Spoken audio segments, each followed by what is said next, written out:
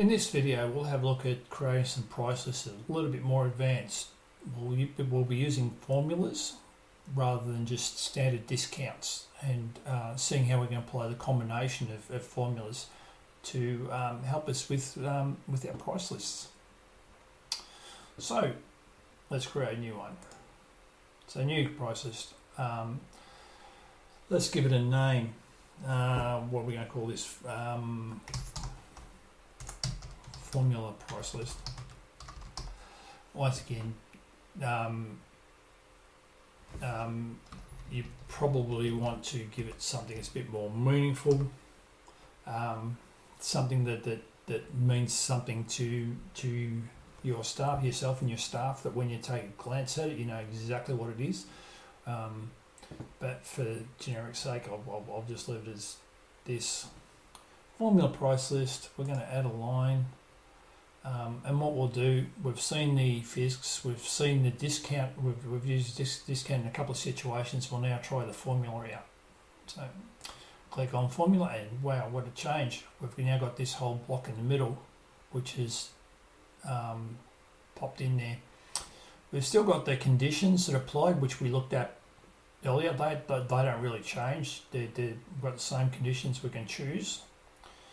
We can still set the minimum quantity. We can still set the validity period that we've already looked at. So that's pretty much the same. And the top part's pretty much the same, except for the fact I've now got formula selected. So formulas can get fairly advanced and depends on how detailed we want to get with it. But we can have it based on a sales price or cost price, or we can base it on another price list, which really does get quite complicated pretty quickly. So these are something you probably build up to rather than just go straight into basing on another price list. But that being said, we can also do some analysis on the price list to see what the result of the price lists are, but that's for another video. So first thing we want to do is look at this particular box over here.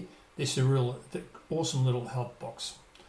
So what this is telling me, this will change based on what I select in here and give me a bit of a hint and a bit of a heads up into what the result's going to be when I apply these price lists.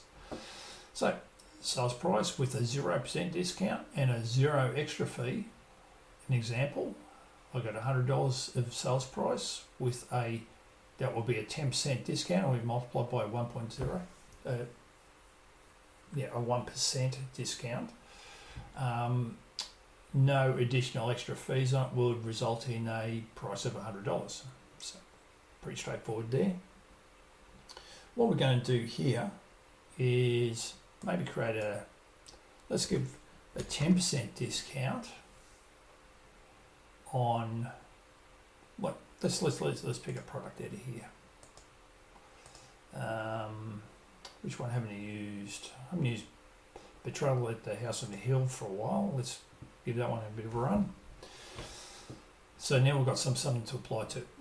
So I've just added in a 10% discount here, and let's look at what this help box tells us. So sales price with a 10% discount and no extra fees. So the example is if it's $100 sales price, it will apply 0.9 multiplied by 0.9, which gives us a 10% discount. No extra fees. Will end up with a result of a $90 sale. So a $100 price ends up being 90% once this. $90 once the 10% discount's applied. So that's great. Next thing we might want to do is set a rounding.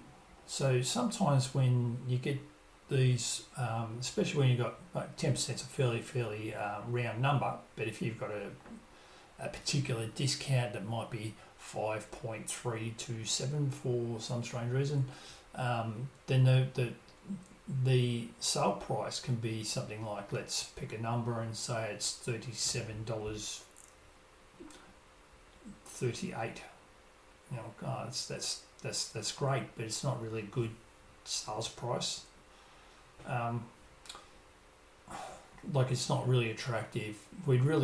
You tend to have prices that end in $10.99, so $10.99 or $99.99, that kind of thing. So let's set up some rounding to at least get it to a whole number.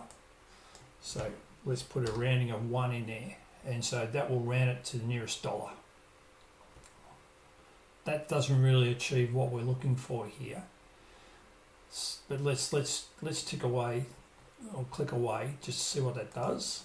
And it doesn't really change this at all, because if we round $90 up to the nearest dollar, it's still $90. So didn't really help us in that situation, but nevertheless, you get my point.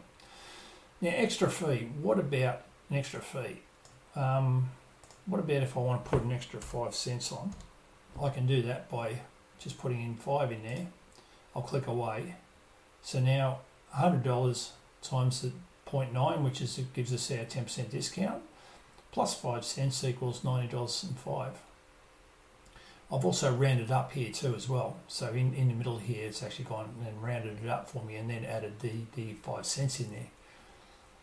Well, that's great, but what's the extra fee all about? Well, where we can use that better is, instead of adding 5 cents, we can come in here and say minus 5 cents. Click away. Now it's $89.95. Or maybe I just want to do minus 1 cent. $89.99. That's great. That kind of achieves what we were talking about before. The reason why I'd rather go with 5 cents is because in Australia the lowest coin denomination is 5 cents these days. That's the smallest coin you can get. So if we're using cash, that's a good rounding method to bring it down to $89.95. It doesn't make any difference when we're using electronic transfers for amounts. We can go down to the cent level, to 1 cent, but having that rounding practice in there, and you may choose to have that as your rounding practice for all prices. So if you want to do that, all you've got to do is go into the public pricing, the default one we have, set up the formula, put in the minus 0.05, set the rounding to 1, and then set the extra fee to minus 0.05, and you get all your prices will then have the 95 at the end of it. So what do we have here? And we can set margins on that too, which is a little bit more advanced. So we can look at, rather than the price itself, what is the margin on these products? Let's which gets a little bit more complicated. Again, let's just call a bar there, and we'll move on with this one as it is. So let's just save this one, and now I can apply this formula to that particular product. I'll open it up again just so we can remind ourselves what product it was. It's a Betrayal at the Hill, a House on the Hill. So let's go and see this in action. So orders, create another quotation, and I'll pick out our favourite customer out of this list. And by default, sorry, not by default, the price list that's set on this particular customer is the VIP price list. We'll go back to the public pricing again just to see what the result is, and we'll add Betrayal at the House on the Hill. $89.99 is the default there, so no real change there. Let's go and have a look at what the formula price list does, and we'll update the prices and say okay. And now it's gone down, it's got a 10% discount applied, and it's 95 now, not 99. So let's just go back, apply that. $89.99 for the public pricing. The formula based one, let's update that. And $80, 10% discount. And then it's rounded up to the nearest dollar, which would be, because that would be $80.99. So it's rounded up to $81, and then it's applied the extra, which was a minus 0.05, which brought it down to $80.95. And so if this was a cash situation, we'd be able to use exact currency there, which is great. That's what we want to achieve. So there's a couple of things in this lesson that we covered. Formulas can get really, really complicated really quickly. This is, I suppose, an apparent thing, but if we do it step by step and work through it and play around with it and get exactly how we like it, slowly build up to it, it's actually fairly intuitive about what you're looking at. And it's worth jotting down what the different things are when you apply a price, when you round it, and when you then apply an extra price. You can get the numbers, the totals, the sale price down to exactly the way you wanted. I think that's demonstrated how we can use a formula, and formulas are great things once you get used to using them, and it's just a matter of just a little bit of practice and combining formulas with categories or with any other options in there. It's really, really powerful. You can really customize these prices to suit yourself.